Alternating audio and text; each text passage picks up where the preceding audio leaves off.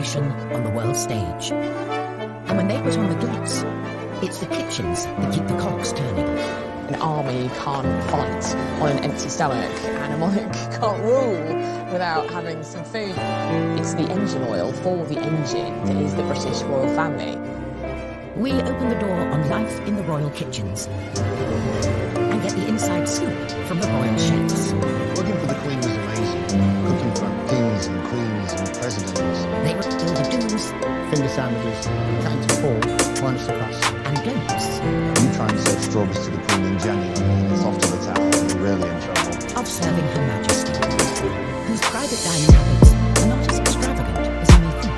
She eats her dinner off a tray, looking at the television. She never sits.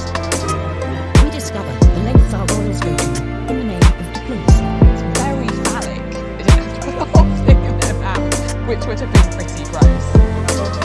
And delve into the shocking history of royal health and safety, It's a wonder, really, that the whole place didn't go down with cholera and typhoid. and reveal how Harry's kitchen curiosity could have scarred him for life. If I'd not been like Usain Bolt racing across the floor, he would have yanked that pan out of this boiling water and got all over it.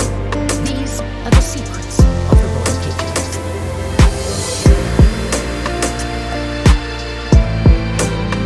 Buckingham Palace, the monarch's official HQ, and heart of royal engagements. At its core is the kitchen, a well-oiled machine with a capacity to cater on a mind-boggling scale. Every year, the royal family takes thousands of houses of people. Just the Buckingham Palace alone, it's 50,000 every year. They have this convening power, they bring people together. And a lot of the events at which they do that, food does play a key role. This dinner is always an opportunity for us to come together as friends. With so many mouths to feed, it's no surprise that the royal shopping bill is eye-watering. In 2018, the royal family spent £1.6 million on food. That food will be food for garden parties, will be food for guests who are visiting the Queen that's entertaining. It'll be for the tea that she gives the Prime Minister at their weekly audience.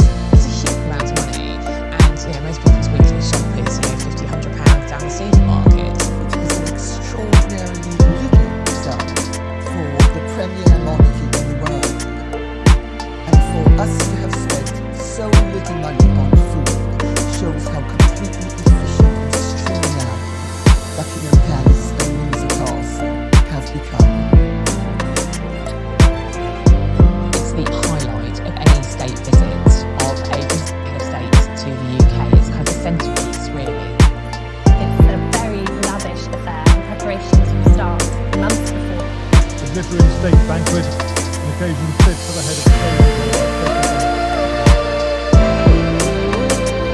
The Queen, of course, is head of state, a hugely important role in the state of state banquet. Unlike the United States, British head of state is not limited to terms of 4 years. And the banquet is sort of simply sort of, it's an aspect of the visit to her. I certainly know that the person brought up in the menu consulted and collaborated with her chefs. One of those chefs was Darren McCall, who worked in royal kitchens for 11 years. Working for the Queen was amazing. Cooking for kings and queens and presidents. When the Queen was holding the state banquet, it was his job to create a menu to delight her guests. The first thing you take into account is, are there any allergies? Do they not eat shellfish? Does the Queen not eat broccoli? It's to show the best of British, locally sourced, something that's quite fresh and quite light. They've only used seasonal fruits in the summer and used asparagus right time of the year. I think really was important. And if possible, something off the estate. Maybe some salmon from Balmoral or some venison from Sandringham. That attention to detail is selling brand Britain. So both the way it's prepared and what it is speaks volumes. The 4 courses for the state banquet. There's the starter, which is always fish, the main course, which is always meat, and dessert is a fruit course, and then coffee and petit fours. Darren and his team had their work cut out, making over 600 plates of food for 170 guests. You started at 6 in the morning, and it was usually 11 o'clock at night by the time you finished. But efforts did not go unnoticed. The reward for all those long hours were 2 miniatures of gin, so you could have a gin and tonic. And that was a thank you from the Queen. When were you supposed to drink your gin and tonic? Not while you were cooking. Before the food is dished up, the table must be laid. The places are measured meticulously, a measuring stick is used. There's 18 inches of space between the centre of one plate and the centre of another. You don't have much space, so you can understand why they try to consolidate each setting. You've got the forks on the left, the knives on the right. The exception to that knife on the right rule is the little bread knife. In restaurants, you're probably used to seeing it actually on the plate, but for state banquets, they've decided to set it above the bread plate like so. There's even a secret system to prevent the Queen's food being tampered with. After everything is plated up, a page chooses at random one of the plates to be served to Her Majesty, so that if anyone Guest food is served, there are strict rules about how it's eaten. You do not sit down until the Queen sits down. When she starts eating, then you start eating. And traditionally, you would have to finish eating by the time the Queen would finish eating. So in years gone past, you know, courtiers would be kind of desperately trying to eat their food quite quickly. Queen Victoria was a famous gobbler, so people would often not be finished by the time she was finished, so they had to gobble their food as well. In Western culture, a lot of our dining etiquette is put in place to minimise the awareness that we are eating. It's small mouthfuls, a straight back, hands in the lap when we're not eating. And so with the royal family, they follow these rules in order to focus on building the rapport with the visiting dignitary that's sitting next to them. And for the diners, there are unspoken rules about who you talk to and when. If the Queen is talking to the guest on her right, which will be the visiting head of state, then the other female guests will talk to the person on their right. And then when the Queen switches, then the ladies switch and talk to the person on their left. And certain topics of conversation are firmly off the table. Politics is a good thing to avoid. Money is another good thing to avoid. And sex is another good thing to avoid. But just because you can't talk about sex doesn't mean you can't flirt. And to wash all that splendid food down, there's an array of drinks to hand. But they also come with a set of rules. The glasses that is closest to you is the glass that is used first. A champagne flute for the toasts. Then the smaller of the wine glasses is for white wine, generally with the fish course. Then a larger wine glass for the red wine, for the main course. And then a small glass for port. And then you have your water glass, and that's always detached from the other glasses because that glass stays on the table throughout the meal, whereas the other glasses will be cleared as the banquet progresses. Despite intimate knowledge of the rule book, things can still go. Prince Philip uttered blast as his glass dropped to the floor at a state banquet in 2003. Luckily, heads of state politely carried on as if nothing had happened. Coming up, we reveal the shocking past of Buckingham Palace's kitchens. It's a wonder, really, that the whole place didn't go down with cholera and typhoid. And uncover how a palace disaster could have scarred Harry for life. Not been like Usain Bolt racing across the floor, he would have yanked that pan down, this boiling water would have gone all over him.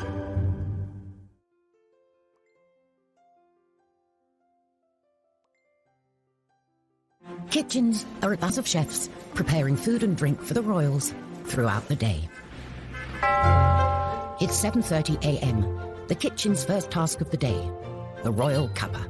she only drinks Earl Grey, no milk, no sugar. The Queen doesn't make her own tea. She has a special coffee room. They make all the teas and coffees. But she would actually pour her own tea when she was eating breakfast on her own. All food created in the royal kitchens is overseen by the Queen. The Queen has a royal menu book that's completed by the chef, and the chef does 3 days menus, and that gives us enough time to get all the produce in and prepare it. And when the menu book goes up to the Queen, she puts a line through the dishes that she doesn't want. She has a HP pencil, and she'd tick one or add something that she would prefer. If she's out for dinner, she puts a line through the page, and if she's got guests coming, she'll put 2 or 3, so we know that she's entertaining.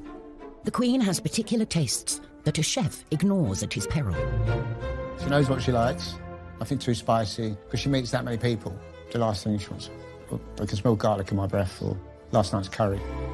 The Queen doesn't eat garlic, and the Queen doesn't serve garlic, because the Queen is concerned that Garlic clings to the being, and you can smell it on the breath. If food is offered out of season, heads will roll. You try and serve strawberries to the Queen in January and it's off to the Tower, you're really in trouble. 9 a.m. and it's time for breakfast.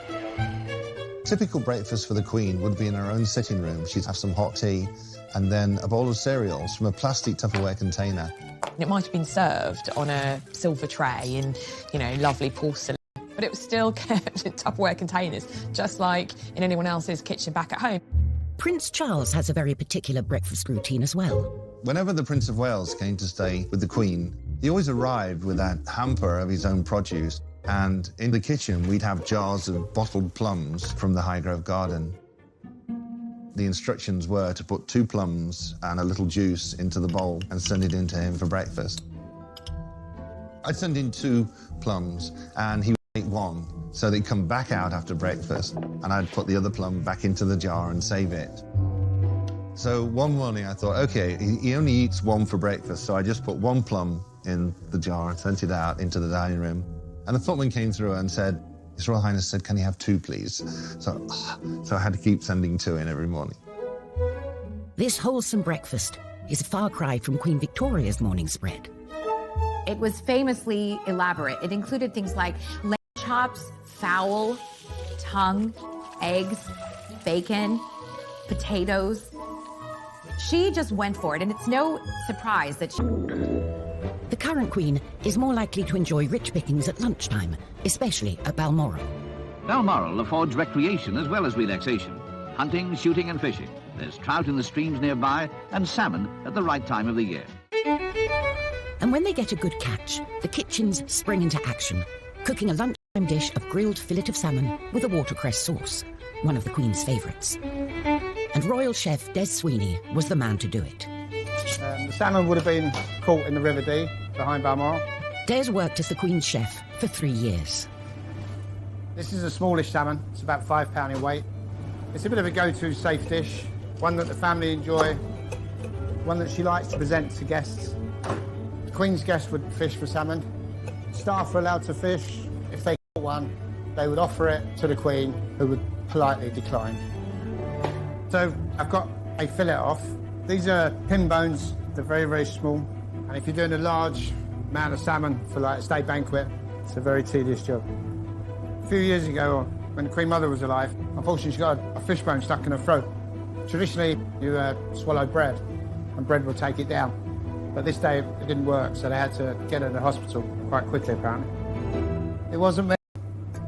So here I'm just taking the skin off the back of the salmon, and then we just portion it up.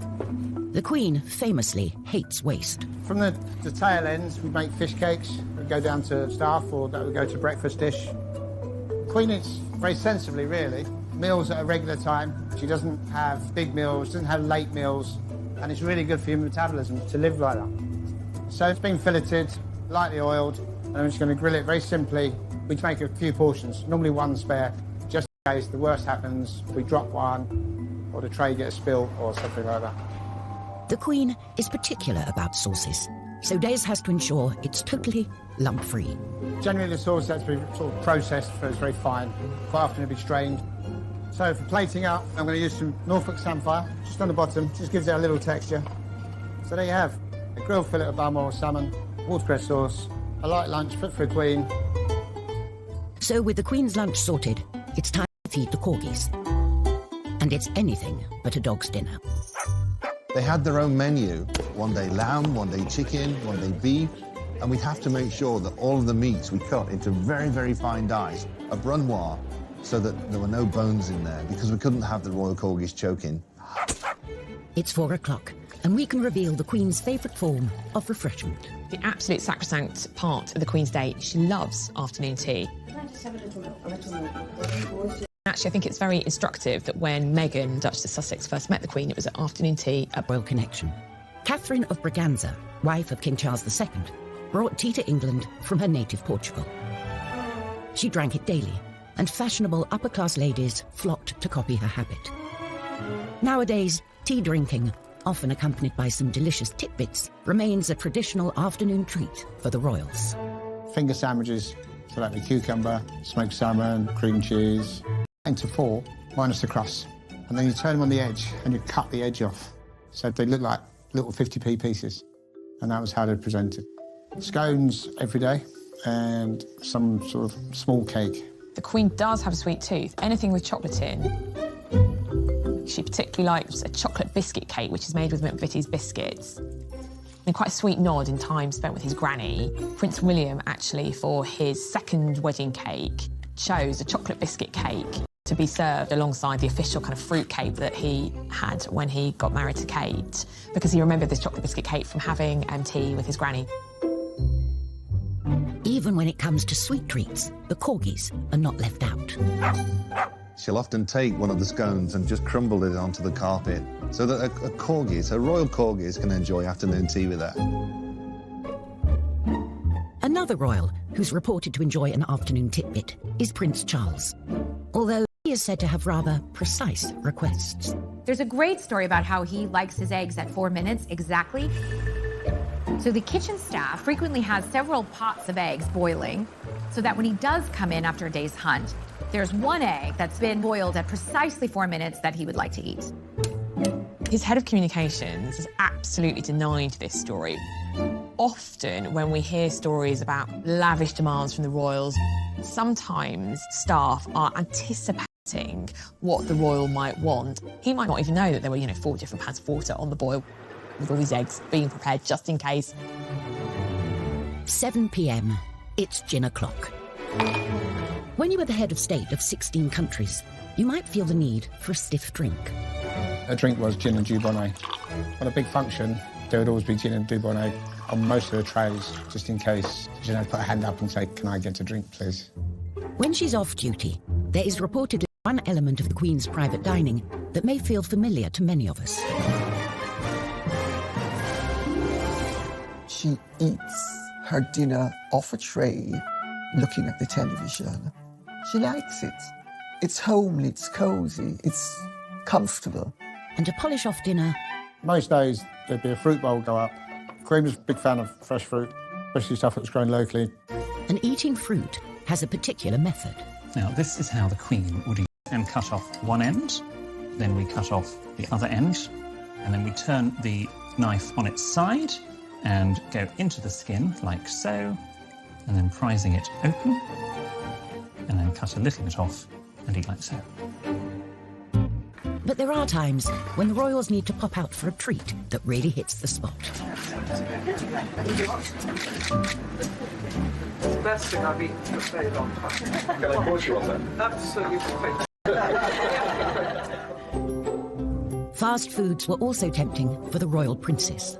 William and Harry, they loved pizzas, burgers. They loved me to cook them burgers. I remember coming into work one morning and Nanny had asked for roasted chicken and she wanted lots of green vegetables served with it too. Well, I think William or Harry must have looked at the menu and thought, we don't want that. When I came in the evening, there was a note on my desk and it said, "Darren, please give the boys pizza for dinner tonight, signed Jess." I looked at it and thought, why is this in the writing of a 5-year-old? And then I realised who'd written it. They actually got the roasted chicken. I was scared of the nanny. The boys' love of food nearly got one of them into serious trouble. I was cooking spaghetti bolognese for them. I had a big pan of water on the stove. And Prince Harry came in and I just happened to turn and look, and he put his hand up on the pan and said, "What's in here?" And if I'd not been like Usain Bolt racing across the floor, he would have yanked that pan down. This boiling water would have gone all over him. Oh, that was a scary day. The modern royal kitchen is hot on health and safety, but that wasn't always the case. Kate Williams has come to the National Archives to expose a shocking state of affairs.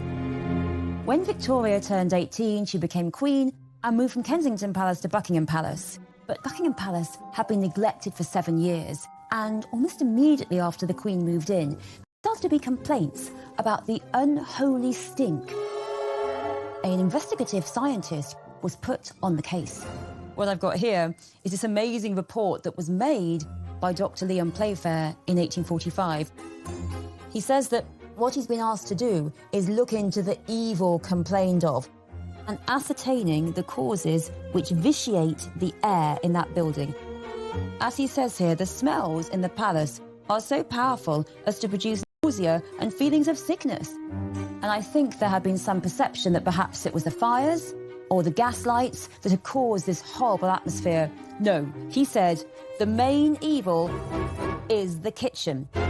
He says, I'm reminding you that one of the largest sewers in the world runs, unfortunately, through the precincts of the palace. Actually, it ran under the kitchens, and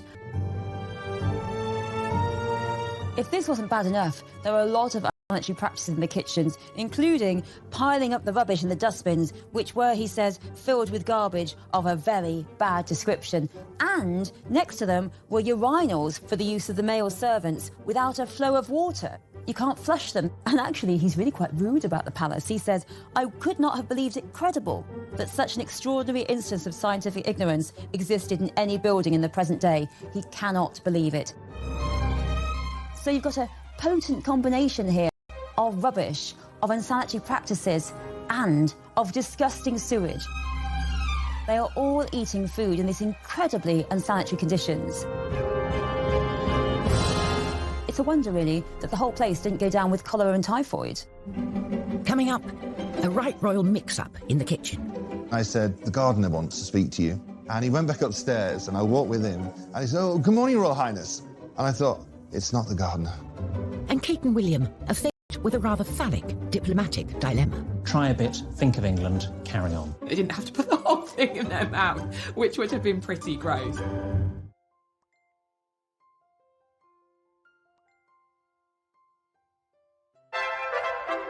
If you want to discover what's in the royal kitchen cupboards, look no further than the list of warrant holders. Royal warrants are essentially a mark of recognition to businesses that have supplied goods or services to either the Queen, the Duke of Edinburgh or the Prince of Wales. More than 100 of them are food and drink businesses. Everything from companies who make baked beans, fishmongers, to champagne producers. Kellogg's has a royal warrant, Schweppes has a royal warrant, Cadbury's. Fortnum & Mason has been filling the royal shopping trolley since the 18th century. They say that Fortnum & Mason is the royal grocer. It was a sweet stall that was a focus for the duchesses.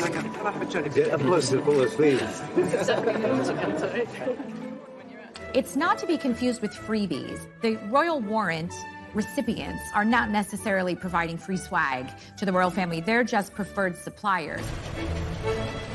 And brands need to have supplied a royal household for 5 years. Then they can upgrade their packaging. When a business is granted a royal warrant, that allows them the opportunity to display a royal coat of arms on their packaging. Obviously, that's a huge accolade. But like all of us, royal tastes can change. Sometimes royal warrants can be revoked just because the royals have decided that they've gone off something. So Carr's Water Biscuits, which used to supply cheese biscuits to the royal family, they reapplied for their warrant and it wasn't granted. Balmoral is a company that has been supplying the monarchy for generations. A whiskey distillery, first granted a warrant by Prince Albert in 1848. On a recent visit, Prince Charles got stuck in, checking the goods were still worthy of this honour. We just got food, and then we were getting up some pears, particularly tin pears. With a nod of approval given, it's back to Balmoral, where the kitchens are gearing up for a visit. Chef Darren McGrady accompanied the royals on several trips, and it's safe to say they don't pack lightly. All the equipment would go from Buckingham Palace. Knives, spoons, ladles, pots, pans, dishes, everything would go up to Balmoral Castle. It took lots and lots of planning. You had to make sure that all the food was ordered to go into Balmoral Castle, where we were going for 4, 6, 8 weeks. And although the kitchen staff and equipment are the same, the royals like to muck in.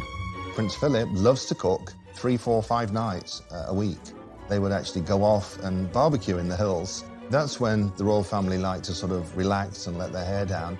Once the trappings and routine of royalty are quietly laid aside, the few precious unwinding weeks at Balmoral are a time, too, for a gathering of strength for the year ahead. The job of being royal is strenuous. Prince Philip was very interested in food, and he'd come down and help choose the ingredients for the barbecue. And the Queen used to put the salad together. Food is still chopped up in the kitchen, so all they have to do is mix it up. For us, it was good. It was more like a night off. Still served on nights. china, it's still served on nice silver, but they serve it themselves. And then afterwards, the Queen would actually rinse and scrape the dishes. I mean, imagine that. However, some felt it wasn't fitting for the Queen to be getting her hands dirty. Once when Mrs. Thatcher was up at Balmoral, she noticed that the Queen was doing the washing up without gloves. So Mrs. Thatcher went and bought her some rubber gloves and sent them to her, which was rather sweet. The sort of present that she would love. It wasn't just gifts that arrived unexpectedly. I was in the kitchen, I was on my own in there. And this old man walked in. And he was wearing tatty old clothes, and he'd got this cardigan on with the arms all worn out. And he said, "Where's the chef?" And I said, "I'll just get him for you, sir." And I went down and found the head chef, and I said, "The gardener wants to speak to you." And he went back upstairs, and I walked with him. And he said, "Oh, good morning, Royal Highness." And I thought, it's not the gardener, it's Prince Philip. The kitchens also play a key part in royal travel. The royals all over the world. The Royal Yacht Britannia arrives at Monrovia in the African Republic of Liberia with Queen Elizabeth, who is winding up her tour of African nations. On board, the Queen hosted politicians and dignitaries. And for the chefs, logistics were at the top of the menu. The food had to be sent down to Portsmouth, where it could be loaded onto Britannia and put in the freezers. And by the time we flew out with all the fresh produce, we were there, we were planned, and we were ready to cook. But cooking on a ship has its own challenges. You're in a confined space, the kitchen's not very big, you don't know where anything is. There was a lot of people, a lot of dignitaries, a lot of VIPs, a lot of security.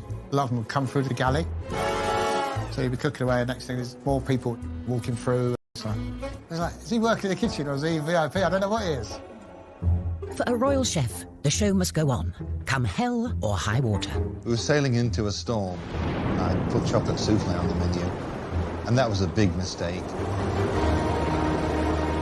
He'd gotten around to my course, I put the soufflés into the oven, and I went outside, and the storms were getting worse. I came back inside, looked at the soufflés, and they were rocking around in the bowl. I just went outside, threw up over the side of Britannia. Oh. Sometimes it was so bad, the Queen would helicopter off and fly ahead, and it was like, okay, it's going to be rough. And of course, Prince Philip loved it. Yay, let's go, because he used to be a sailor. On tour, digestive disasters for the royals are to be avoided at all costs. When a royal goes on tour, huge consideration is given to what they eat. Just a little bit, just a little bit. Individual tastes taken into consideration. They might say, well, Prince William likes curries, or, you know, the Queen, for instance, famously doesn't eat shellfish. Not because she doesn't like it, but because obviously shellfish can give you an upset stomach, and if you're doing an important diplomatic tour, you don't want to miss a day because you're sick. She takes her bottled Malvern water, and that's all she drinks.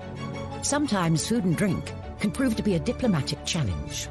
Now a coconut shell is handed to the Queen for the ceremonial drinking of the cava. She often has to eat things that she might not privately wish to eat. Here, the mixing and drinking of the cava is of the greatest importance. But she does it because she's very dutiful and she doesn't want to offend her hosts. To the Western palate, the taste is, well, unusual. When our younger royals have been faced with unfamiliar delicacies, they don't always maintain their composure, as Emily Andrews witnessed. When I was on tour with William and Kate in 2016 in Canada, we were at this lovely kind of presentation of seasonal Canadian produce. Sun was shining, Kate was looking gorgeous. I was like, oh, this is lovely. Phallic looking, kind of long tube and kind of a bulbous part at the end. It's a delicacy and you eat it. And so Kate and William were kind of going around the stalls and we were all as pressed, kind of waiting for them to present it, this geoduck clam, and what would they do? And bless them, they both tried it. They managed to stifle any kind of giggles. There was a slight giggle from Kate. So the etiquette there would just be to pick up the food item, have a little nibble, make some polite remark, and then place it down. Try a bit, think of England, carry on. I think they had a chopped up bit. They didn't have to put the whole thing in their mouth, which would have been pretty gross. Coming up, when Meghan came under fire for promoting her favourite fruit. They are involved in the exploitation of workers abroad, and how dare she promote the of avocados. And a greedy king's artery-clogging meat feast. It looks like what might happen to us post a nuclear Armageddon. You're not going to make me try and eat this, are you? Definitely are. So gross.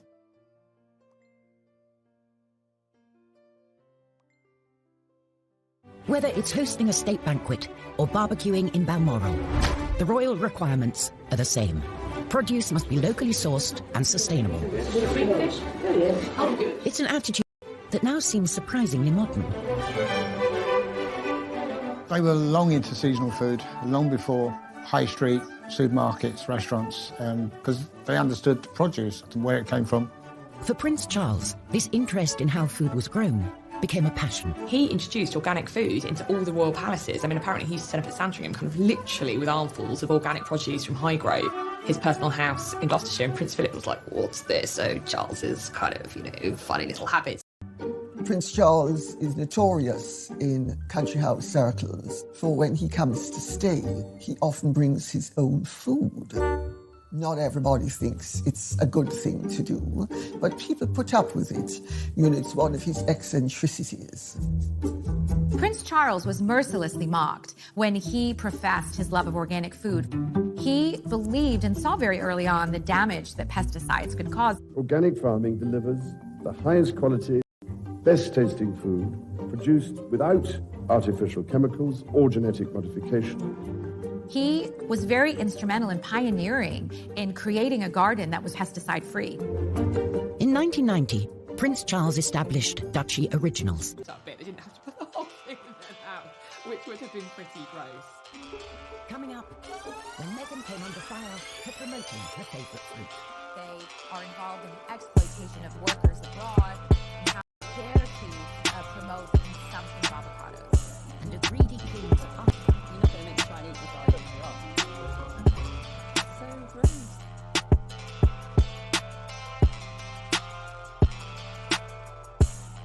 Whether it's hosting a state banquet or barbecuing in Balmoral, the royal requirements are the same. Produce must be locally sourced and sustainable. It's an attitude that now seems surprisingly modern. They were long into seasonal food, long before high street, supermarkets, restaurants, because they understood produce and where it came from. For Prince Charles, his interest in how food was grown became a passion. He introduced organic food into all the royal palaces. I mean, apparently he used to set up at Sandringham literally with armfuls of organic produce from Highgrove. His personal house in Gloucestershire, and Prince Philip was like, what's this? So Charles's kind of, funny little habits. Prince Charles is notorious in country house circles for when he comes to stay, he often brings his own food. Not everybody thinks it's a good thing to do, but people put up with it. It's one of his eccentricities. Prince Charles was mercilessly mocked when he professed his love of organic food. He believed and saw very early on the damage that pesticides could cause. Organic farming delivers the highest quality, best tasting food produced without artificial chemicals or genetic modification. He was very instrumental in pioneering in creating a garden that was pesticide-free. In 1990, Prince Charles established Duchy Originals, a brand through which to sell organic produce grown on his Highgrove estate. Charles really was a bit of a groundbreaker because he was championing organic food and sustainability before it was particularly fashionable. Years later, and the brand has gone mainstream. I think back 19 years ago, when we launched the first oat biscuit, and there were huge headlines saying a shop soiled royal. So in an even more soiled capacity, I'm here today just to say nothing could give me greater pleasure than to unveil this. Sales of Duchy Originals at Waitrose have now exceeded £1 billion and also raised £27 million for his charitable foundation. So he's clearly very pleased about that. A newer member of the royal family has also used food to champion a good cause, in kitchens far removed from royal palaces. Before Meghan even joined the royal family, she was making private visits to the women of the Hub Community Kitchen, where women had gathered to cook for the community. This is the one project Meghan has made her own. The community kitchen in the shadow of Grenfell Tower the Duchess of Sussex has been coming to for many months. And she said how she instantly felt very at home and very welcomed by that community. And a big part of that was this sort of common love of food. loves with us, and then she knows about our family, we know about her, so it's nice. And she came up with the idea of making a cookbook. So using all the ladies' recipes and indeed her recipes to raise money for this community kitchen. With the attention that someone of her celebrity can bring to this cause, the book has been flying off the shelves. The money that it raised was ploughed back into the community kitchen. It was completely renovated. And I remember at the launch, Meghan said that she felt that she'd almost come home meeting these ladies because it was a kind of such a melting pot of different nationalities and identities, and how food bound them all. Before she met Harry, Meghan wrote publicly about her love of creating in the kitchen. We know the most about her in terms of food in comparison to anyone else because, of course, she had a blog called The Tig where she wrote about her love of food and she shared recipes and she spoke about the meals that had influenced her and what her view on food was. She likes to eat clean and green. There's reports of her wanting to eat vegan during the week, so very much kind of plant-based food, and she certainly doesn't, I don't think, eats a huge amount of red meat. The modern royals seem to be much more interested in food, healthy eating, and I think that's exciting. For royals of the past, healthy eating wasn't a priority. Henry VIII lived a life of gluttony and excess, and championed grotesque and meaty concoctions in the kitchen. Cockentrice was one of his favourites. Historian Kate Williams is going to meet Andrew Clark, a chef who still uses an open fire and has been preparing this calorific creation. Oh my goodness, I've read so much about the cockentrice and I've never actually seen one, and there it is. Half pig and half chicken. It looks like the most terrifying mutant thing I can possibly imagine, kind of what might happen to us post a nuclear Armageddon. You're not going to make me try and eat this, are you? Definitely are. I've really got to live like Henry VIII. Okay. The trotters and then the chicken legs. It's so gross.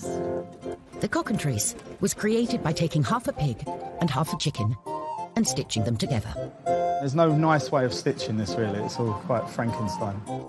Henry VIII's kitchens were the largest in Tudor England, making over 800 meals per day. Pretty freaky, huh? The cockentrice was roasted on an open fire and served up by the king to his waiting VIPs. If you're Henry VIII's chef, you're just giving him a big signifier of his power here. You're really showing off his brilliance because only he can afford the best people who can make this incredible, creative, time-consuming dish. Henry basically spends the equivalent of £5 million on a massive showing off. How can we think of the craziest thing to do? I know, let's stuff a pig with a chicken. You know, how fun is that? Would you like to try some? I'm kind of terrified. And also, I'm quite excited because it does smell good. Well, let's give it a go. Let's see what give it a go. Oh my gosh. Thank you.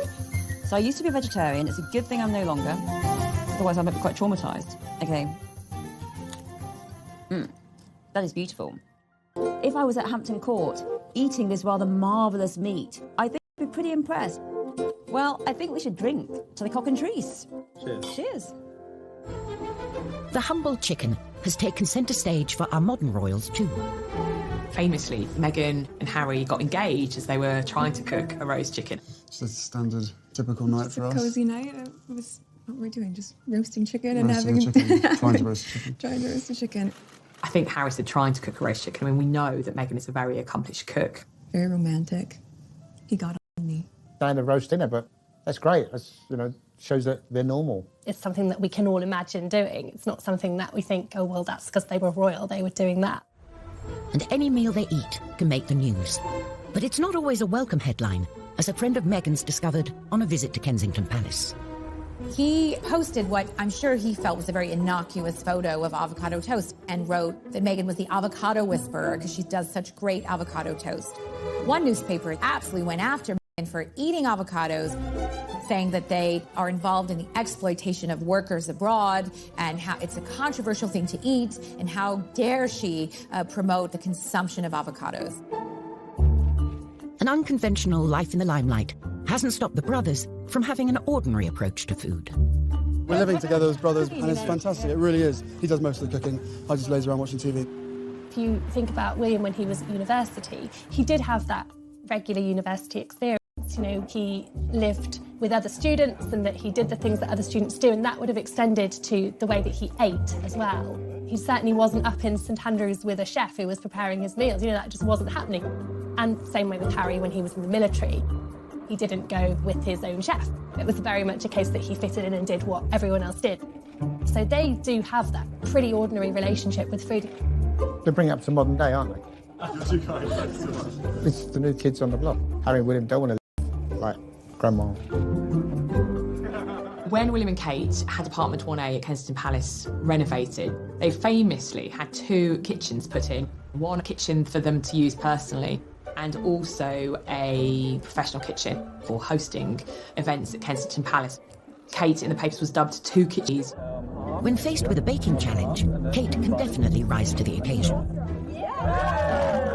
William, however, could do with a little practice.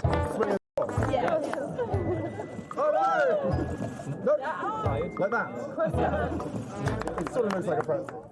Of course, when we think about the royals, and particularly the Queen, you know, they have loads of staff to do everything for them. But actually, Kate cooks a lot of their meals herself. And I think she likes to do that because, like most of us, that's the heart of her family life. Whatever the royal family eat and wherever they are, the eyes of the world are watching. They are very much on display, and every engagement that they do, they are watched very closely. We might have to come down there for lunch. Everything they eat and drink becomes the story. And even though the modern royals have a more hands-on approach to food, their chefs will always have a vital role to play. Kate will not be queen in a tiara going shopping around Waitrose. That's not going to happen. She wouldn't have time in any case. She's going to be too busy. But whoever is on the throne, the royal kitchens will always be at the heart of the monarchy. Food is very important when it comes to the way that we function as a country diplomatically. That's going to continue to be a key feature in the future. It's the engine oil for the engine that is the British royal family. An army can't fight on an empty stomach, and a monarch can't rule without having some food.